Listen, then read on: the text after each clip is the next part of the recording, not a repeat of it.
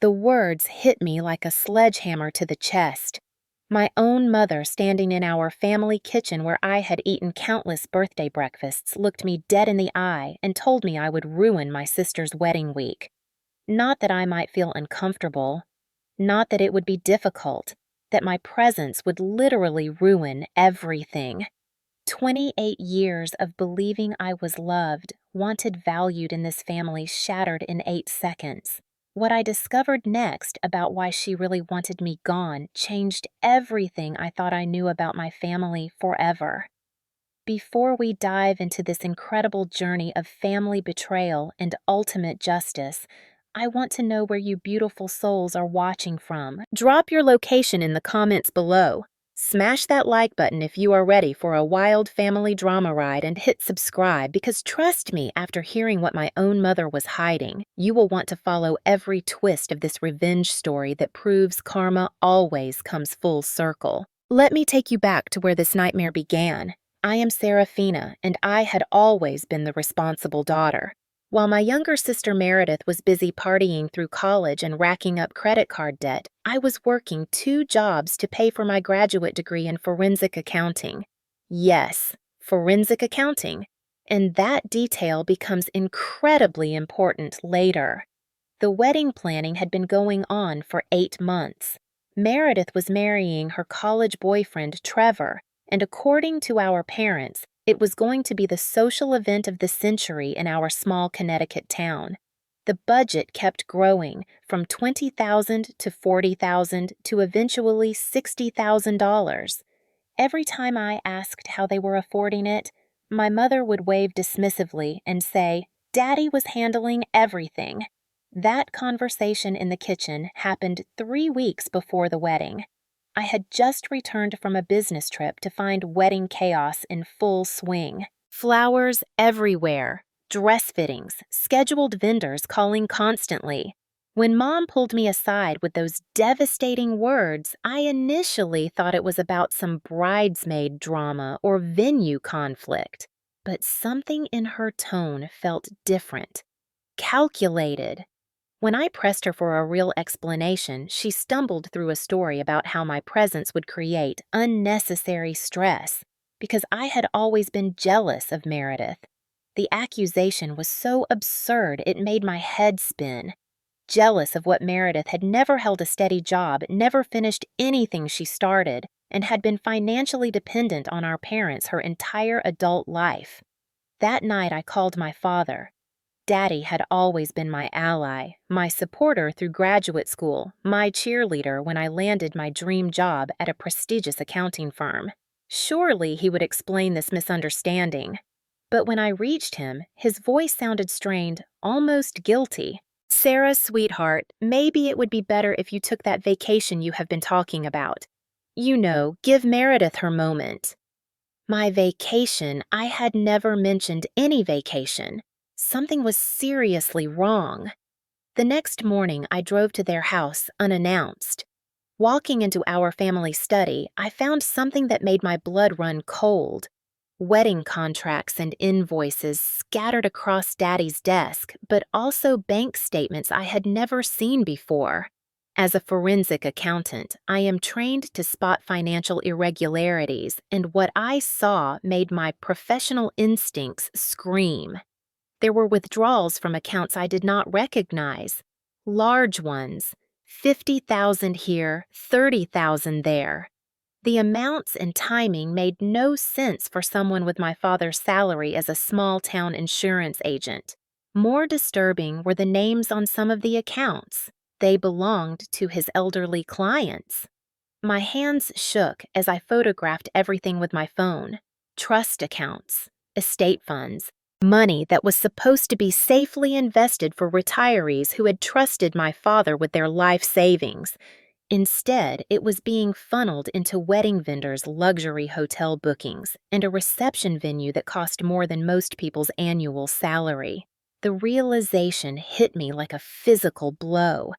My father was not just spending beyond their means for Meredith's wedding. He was embezzling money from his clients, Elderly people who had worked their entire lives and trusted him to protect their retirement funds were being robbed to pay for flower arrangements and a designer dress. But the worst part was yet to come. Hidden beneath the financial documents was a folder labeled Serafina Problem. Inside were printed emails between my parents discussing what to do about me. My mother had written, "She will notice something is wrong immediately. Her job makes her too observant. We need her away from the family during this entire period." My father's response made my heart break. I know my daughter. If she discovers what I have done, she will turn me in without hesitation. Her morals are too rigid. She would choose strangers over family. They were right about one thing. My morals were non-negotiable, but they were wrong about everything else. I would never choose strangers over family. I was about to prove that I would choose what was right over what was easy. And sometimes those two things are not the same. Reading those emails, I realized my entire family had conspired to manipulate me. The cruel words about ruining the wedding were not about jealousy or stress. They were about covering up a crime. My own parents were willing to emotionally destroy me to hide the fact that Daddy was stealing from elderly clients to fund my sister's fairy tale wedding. The amounts I uncovered were staggering. Over $200,000 had been diverted from client trust accounts over the past year. Money that belonged to people like Mrs. Patterson, who cleaned houses well into her 70s to save enough for a secure retirement. Money that belonged to Mr. Rodriguez, who had worked double shifts at the factory for decades and trusted my father to invest his pension wisely. As I sat in that study, surrounded by evidence of betrayal that cut deeper than I ever imagined possible, I made a decision that would change everything. My family wanted me to disappear to protect their secret fine. I would disappear. But I was not going away quietly, and I was not going away empty-handed. They had no idea that their attempt to push me out had just handed me the perfect opportunity to gather evidence, build a case, and make sure that every stolen penny was returned to its rightful owners. They thought they were protecting themselves from my professional expertise. Instead, they had just declared war on someone who specialized in financial crimes and had both the skills and the motivation to bring them down. The wedding was still 3 weeks away. That gave me 3 weeks to work in the shadows to document everything and to prepare a reckoning that would ensure justice was served not just for the victims of Daddy's embezzlement, but for the daughter who had been betrayed by the people who were supposed to love her most. My name is Serafina, and I was about to show my family exactly what happens when you underestimate a forensic accountant who has been pushed too far. The next 3 weeks became the most intense investigative period of my career. I took vacation time from my job, ironically the vacation my parents had suggested, but instead of lying on a beach somewhere, I transformed my apartment into a war room dedicated to unraveling the full scope of Daddy's financial crimes. Working 18-hour days, I traced every transaction, cross-referenced every account, and built an evidence file that would make prosecutors weep with joy. The scope of the embezzlement was far worse than my initial discovery suggested. Daddy had not just stolen from a few clients. He had systematically plundered the trust accounts of 23 elderly clients over the past 2 years, totaling nearly $400,000. The manipulation was sophisticated. He would make small withdrawals that might not be immediately noticed, then cover them with fake investment statements showing fictional gains. When clients asked to withdraw funds, he would delay them with excuses about market timing or tax implications, buying himself time to shuffle money between accounts like a financial shell game. But Daddy had made one critical error. He had underestimated his daughter's expertise and overestimated his own cleverness.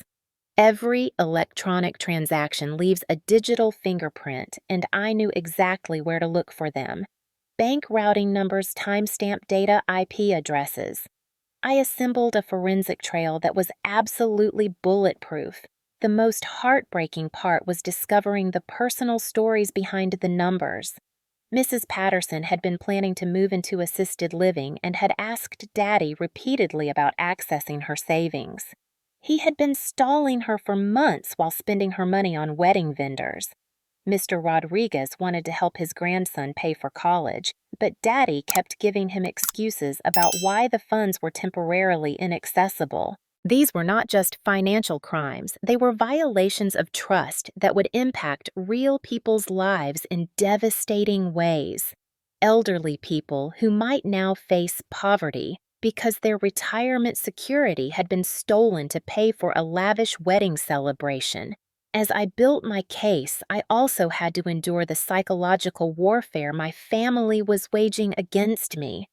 They assumed I was sulking somewhere nursing my wounded feelings about being excluded. Instead, I was gathering the ammunition that would destroy them. Mom called several times, her voice dripping with fake concern. "Sarah, honey, I hope you understand we just want what's best for Meredith. Family means supporting each other even when it's difficult." The irony was nauseating. Family means supporting each other, unless that support requires covering up theft from vulnerable elderly people. Unless that support means sacrificing your moral integrity to protect a criminal scheme. Meredith, meanwhile, seemed completely oblivious to how her dream wedding was being funded. Her social media was full of excited posts about dress fittings and flower arrangements counting down the days to her perfect day. Part of me wondered if she truly did not know, or if she was simply choosing not to ask uncomfortable questions about their sudden financial generosity. The breaking point came exactly 1 week before the wedding. I had completed my investigation and was preparing to contact the authorities when Daddy made a mistake that confirmed everything I suspected about their motivations.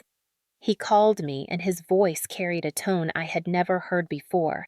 Desperate, almost pleading. "Sarah, sweetheart, I need to ask you something important. You haven't been looking into anything lately, have you? Any family financial matters?" The question was so loaded, so obviously guilty, that I almost laughed out loud. "What do you mean, Daddy?" "Well, your mother mentioned you seemed upset about the wedding expenses and with your job and all. I just want to make sure you understand that sometimes families have private resources that not everyone needs to know about." Private resources. He was actually trying to convince me that there was some secret family money that justified the lavish spending. The audacity was breathtaking. "Daddy," I said carefully, "are you trying to tell me something specific?" The pause that followed lasted an eternity. When he finally spoke, his voice was barely a whisper. "I'm trying to tell you that some things are more complicated than they appear, and sometimes protecting family means not asking too many questions." That conversation was the final confirmation I needed. My father knew exactly what he had done, and he was asking me to be complicit in his crimes by staying silent. He was asking me to choose family loyalty over justice for the elderly victims he had robbed. I spent that night staring at the evidence spread across my dining room table. Financial statements, bank records, forged investment reports, email printouts. The complete story of a man who had betrayed not just his professional obligations, but his own moral compass, all to give his younger daughter a wedding that would impress their social circle. The next morning, I made the call that would change everything. Not to the police, not yet.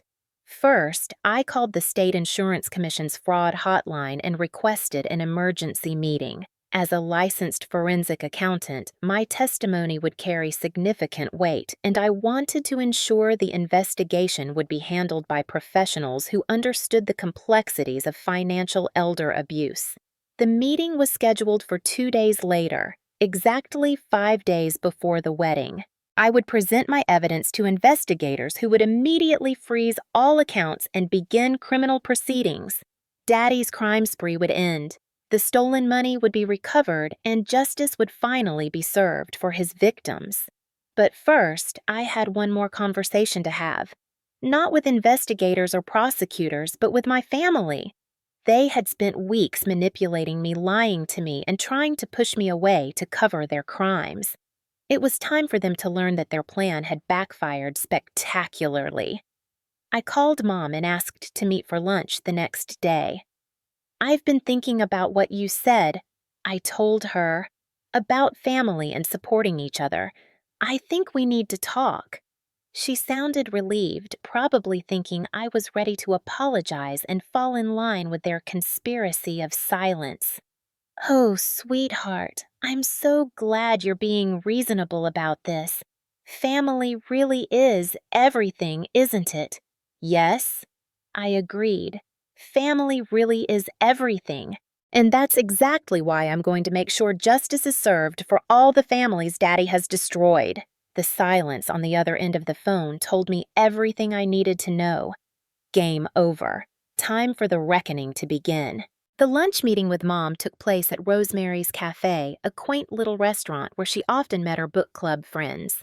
She arrived wearing her best pearls and that practiced smile she reserved for social occasions, clearly expecting to manage me like she would any other family crisis. What she did not expect was for me to slide a manila folder across the table before she had even ordered her tea.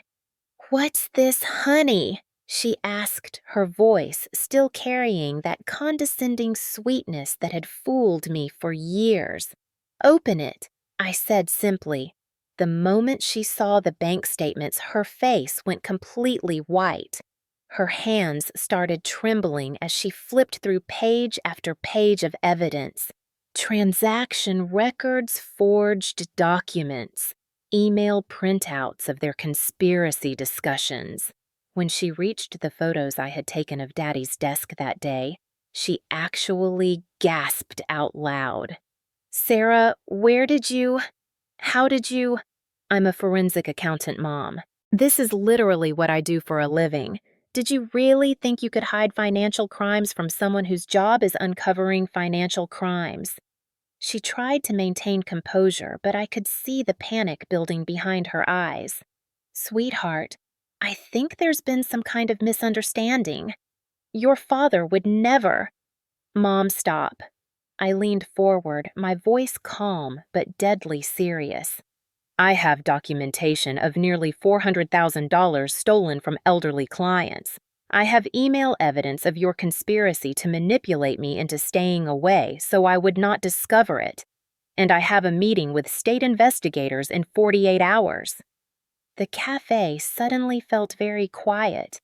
Mom looked around nervously as if she was worried other customers might overhear. Then she did something that revealed exactly how deep her moral corruption had become. "Sarah," she whispered urgently, "you cannot destroy this family over money. These people, they're old. They probably won't even live long enough to miss it. But Meredith's wedding, this is her one chance at happiness." I stared at my mother, the woman who had taught me right from wrong, who had raised me to believe in justice and integrity, and realized I was looking at a complete stranger. She had just suggested that elderly theft victims deserved to lose their life savings because they might die soon anyway. "You're going to call Daddy right now," I said quietly, "and tell him to meet us here, because this conversation is happening today with both of you, or it's happening tomorrow with investigators present." Mom fumbled for her phone with shaking hands. 20 minutes later, Daddy walked into the restaurant looking like a man heading to his own execution. When he saw the evidence folder open on our table, his shoulders sagged in defeat. "How long have you known?" he asked, slumping into the chair beside Mom. "Long enough to build a case that will put you in prison for financial elder abuse," I replied. "The question is what you're going to do about it." What followed was the most painful conversation of my life. My parents pleaded, they bargained, they tried to minimize the scope of Daddy's crimes. They explained the financial pressure they had been under, the desire to give Meredith the perfect wedding, the way the stealing had started small and spiraled out of control. but the most devastating part was when they tried to make me complicit in their rationalization. These people trusted us with their money because they know we're good people, Daddy said desperately. If this comes out, it will destroy not just me, but our entire family's reputation in this community. You should have thought about that before you decided to fund a wedding with stolen retirement money, I shot back. Sarah, please, Mom begged. Think about Meredith. This will destroy her. She had nothing to do with this. That argument almost worked. Almost. Meredith was innocent at least of the financial crimes. But then I thought about Mrs. Patterson, who had been asking for months to access her savings so she could afford proper care. I thought about Mr. Rodriguez, who wanted to help his grandson go to college but was being told his money was tied up in investments that did not actually exist. Here's what's going to happen, I said finally. You have 48 hours to voluntarily surrender to authorities and arrange full restitution to every victim. You will confess everything, cooperate completely, and hope that voluntary surrender and full cooperation earn you some mercy from the court.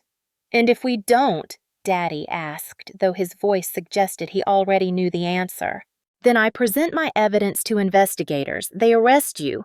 Freeze all your assets, including anything connected to the wedding, and you face maximum penalties for financial elder abuse and conspiracy. I stood to leave, then turned back with one final ultimatum. Oh, and the wedding is canceled either way.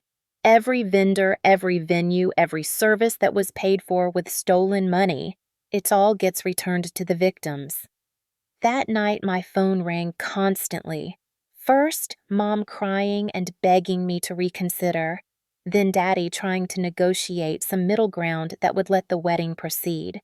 Even my grandmother called, apparently having been told some version of events that painted me as the unreasonable villain threatening family harmony. But the call that surprised me most came around midnight from my sister Meredith. Sarah, what the hell is going on?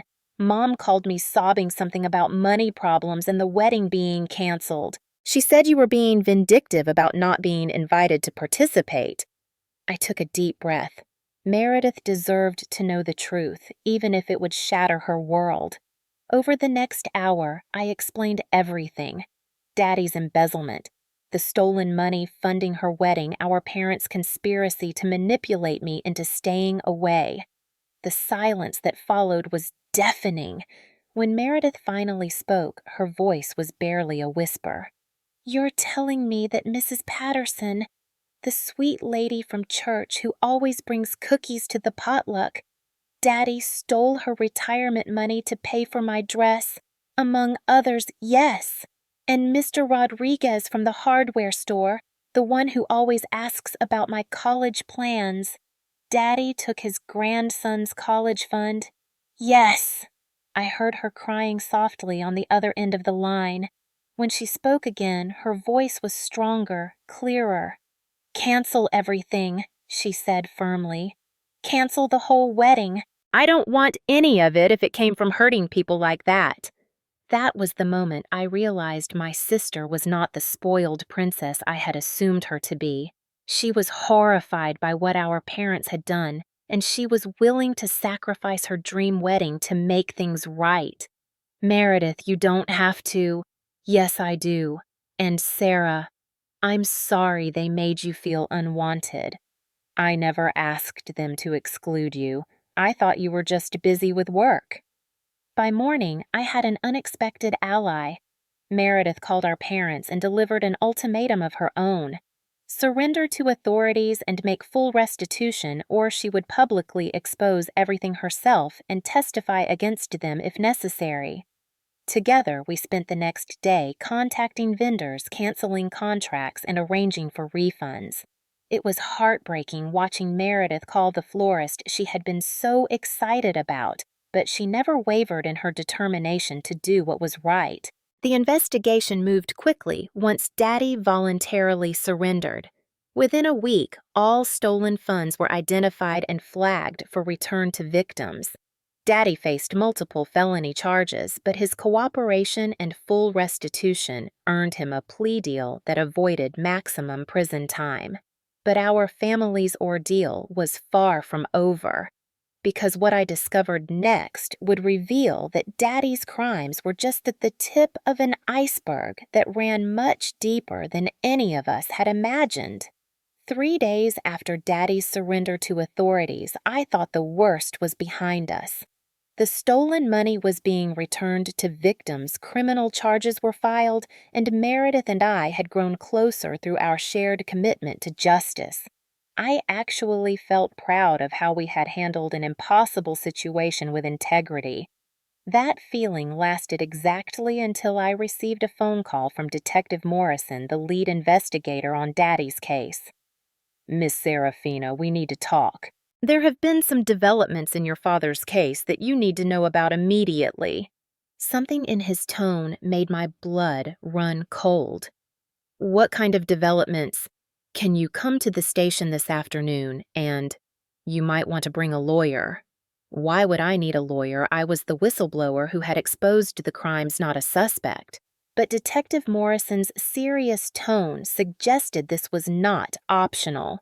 At the police station, I was led into a sterile interview room where Detective Morrison and his partner, Detective Hayes, were waiting with grim expressions. Between them sat a familiar figure that made my heart sink. My sister Meredith. "Sarah, sit down," Detective Morrison said gently.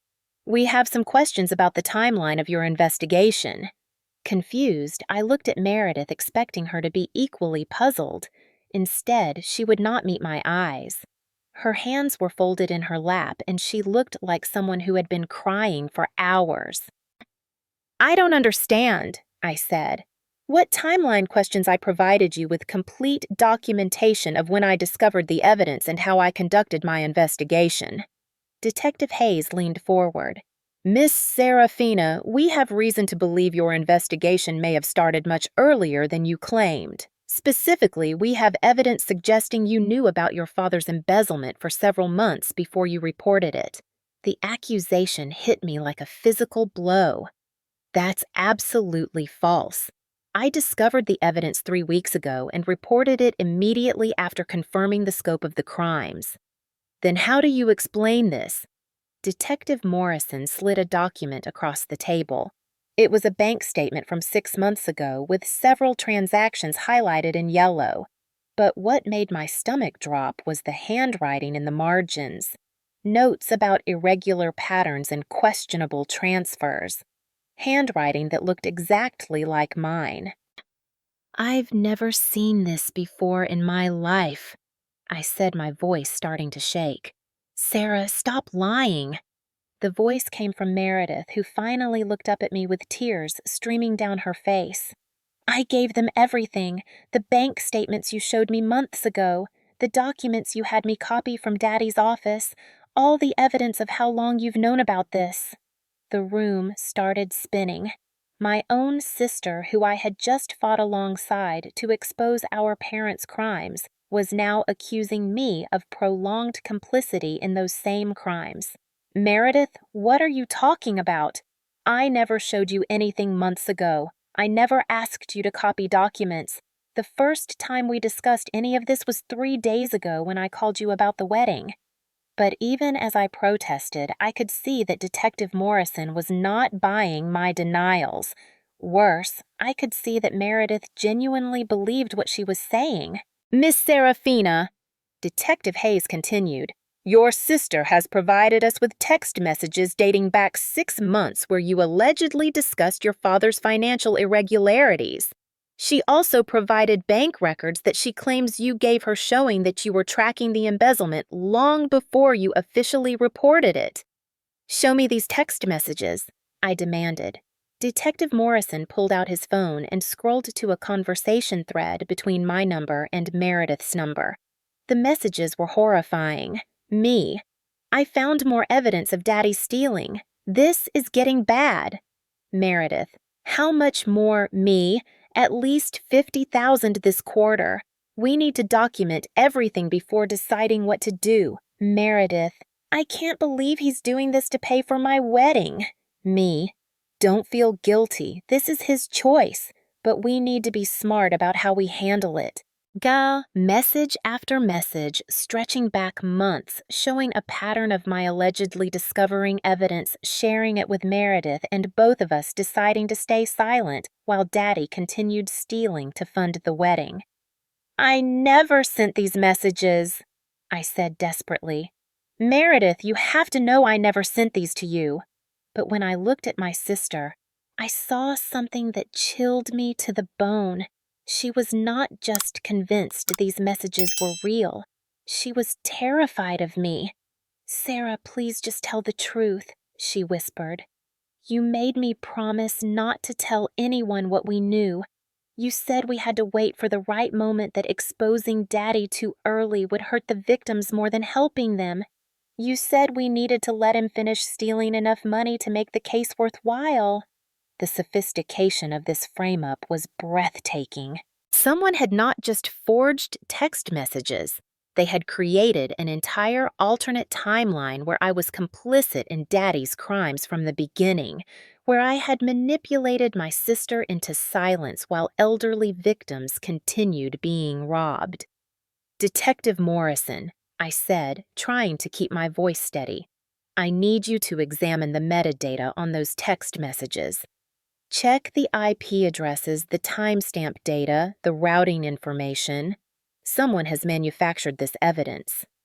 We're already doing that, he replied. But Miss Serafina, we also have bank records that appear to show you accessing your father's client account information months before you claim you discovered the embezzlement. More fabricated evidence. Someone had planted digital breadcrumbs suggesting I had been tracking Daddy's crimes for months. Someone had convinced Meredith that conversations that never happened had actually taken place. Meredith, I said urgently, think carefully. Do you actually remember having these conversations with me? Or do you just remember seeing these messages on your phone? For the first time, uncertainty flickered across her face. We talked about it. You came to my apartment and you showed me documents. What was I wearing? What day was it? What did we eat? If this conversation was so important, surely you remember details. The uncertainty grew stronger. I think it was a Tuesday you had on your blue sweater. But I could see she was grasping for details that were not there. Someone had manipulated her memories, probably by planting the fake text messages and letting her mind fill in the blanks with false recollections. The interview continued for 2 more hours. By the end, I was facing potential charges as an accessory to Daddy's crimes, accused of prolonged complicity and conspiracy to defraud elderly victims.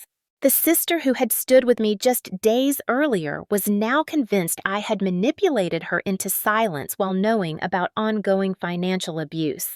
As I left the police station with a court date and a lawyer's phone number, one terrifying question dominated my thoughts. If Meredith had not fabricated this evidence herself, then who had? Who was sophisticated enough to forge text messages, plant false bank records, and manipulate my sister's memories?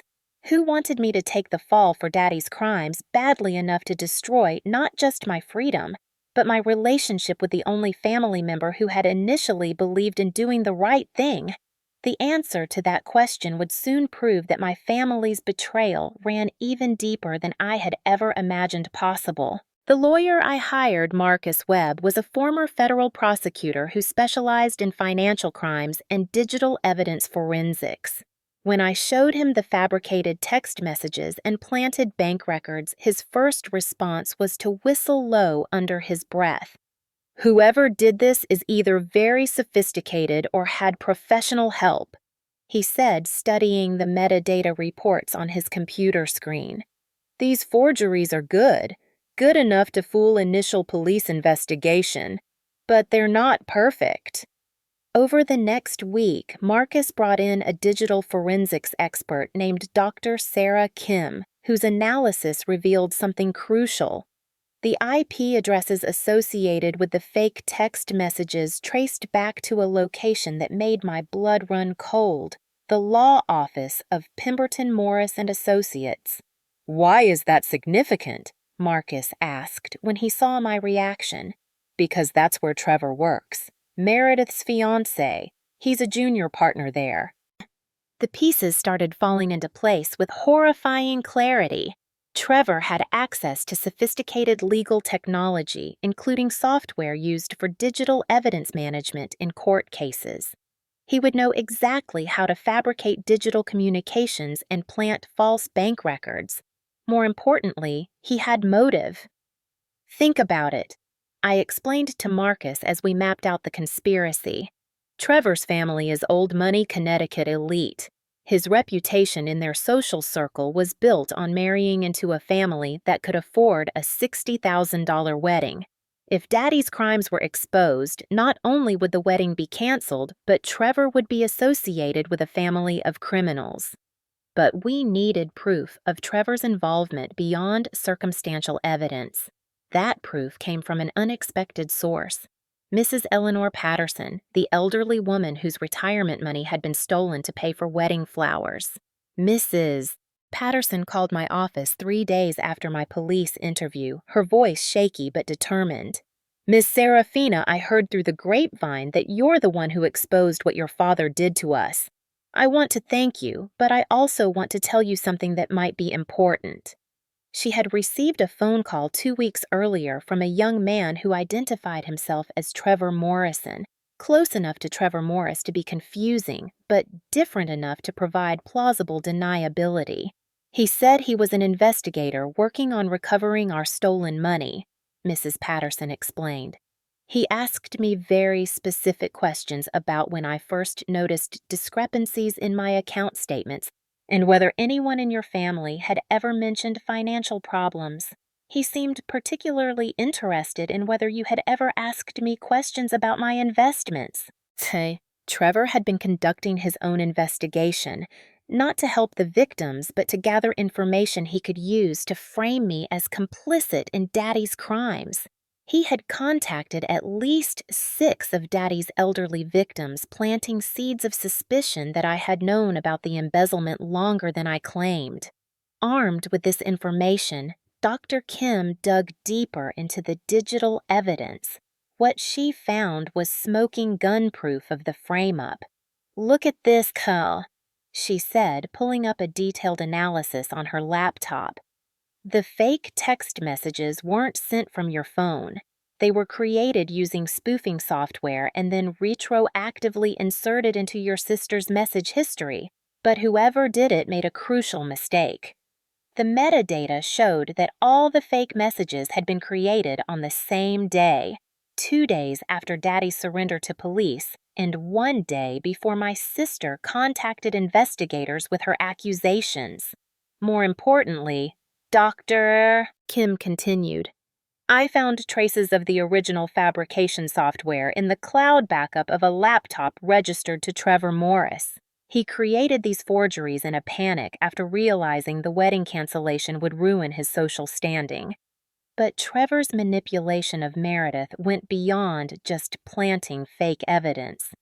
Marcus discovered that Trevor had been systematically isolating Meredith from me for months using classic psychological manipulation techniques. "Look at your sister's credit card statements," Marcus said, sliding documents across his desk. "Trevor has been paying for everything: her apartment, her car, her expenses. She's financially dependent on him, and look at this."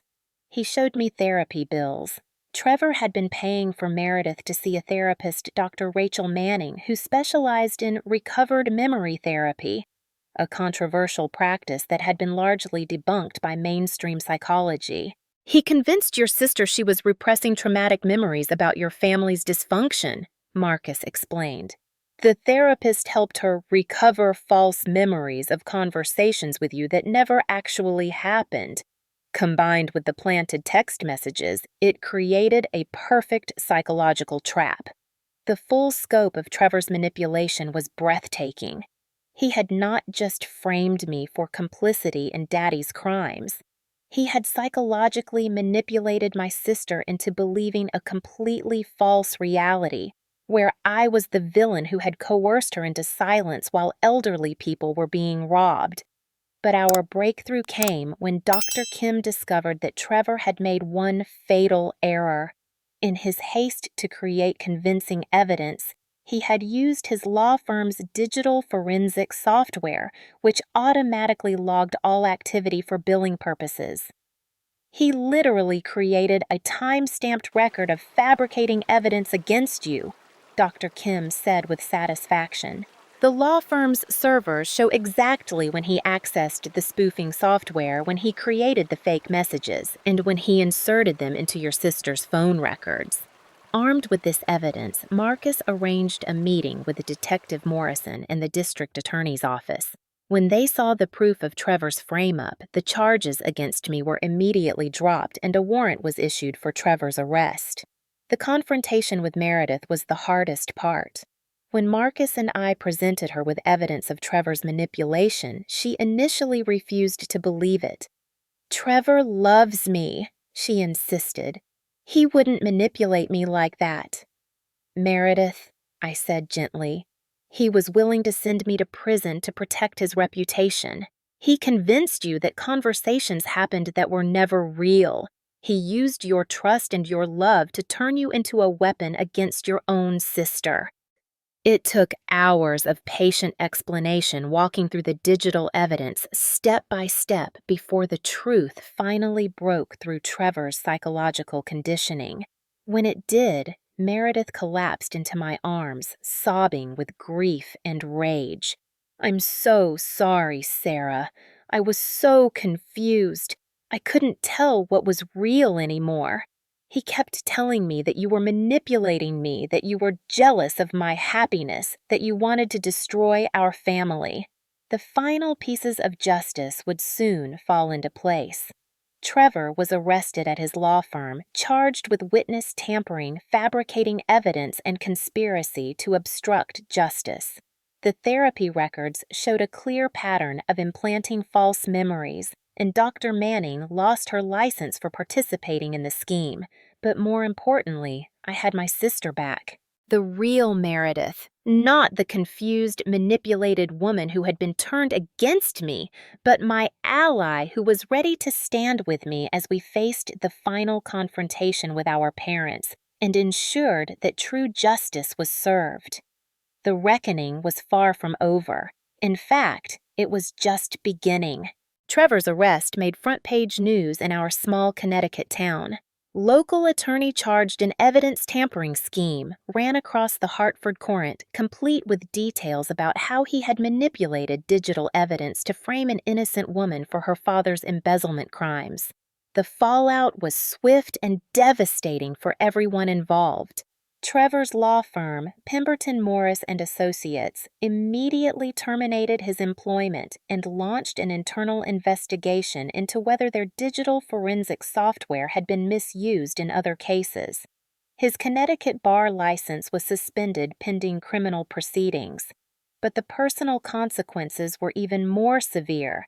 When Meredith finally understood the full scope of how Trevor had psychologically manipulated her, she did not just break off their engagement. She provided prosecutors with detailed testimony about his manipulation tactics that strengthened the case against him exponentially. "He convinced me that my own memories were unreliable," she told the prosecutor during her deposition. "He made me believe that conversations with my sister had happened when they never did. He turned me into a weapon against my own family while pretending to love me." Trevor ultimately pled guilty to witness tampering, fabricating evidence, and psychological manipulation, receiving a 3-year prison sentence and permanent disbarment. The judge was particularly harsh in his sentencing, noting that Trevor had weaponized intimate trust to corrupt the justice system and destroy family relationships. Meanwhile, Daddy's case concluded with a plea agreement. His voluntary surrender, complete cooperation, and full restitution to victims earned him 18 months in minimum security prison, followed by 3 years of supervised probation.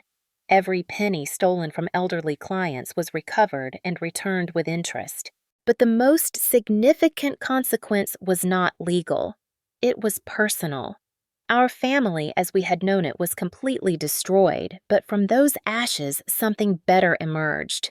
Mom struggled the most with accepting responsibility for her role in the conspiracy.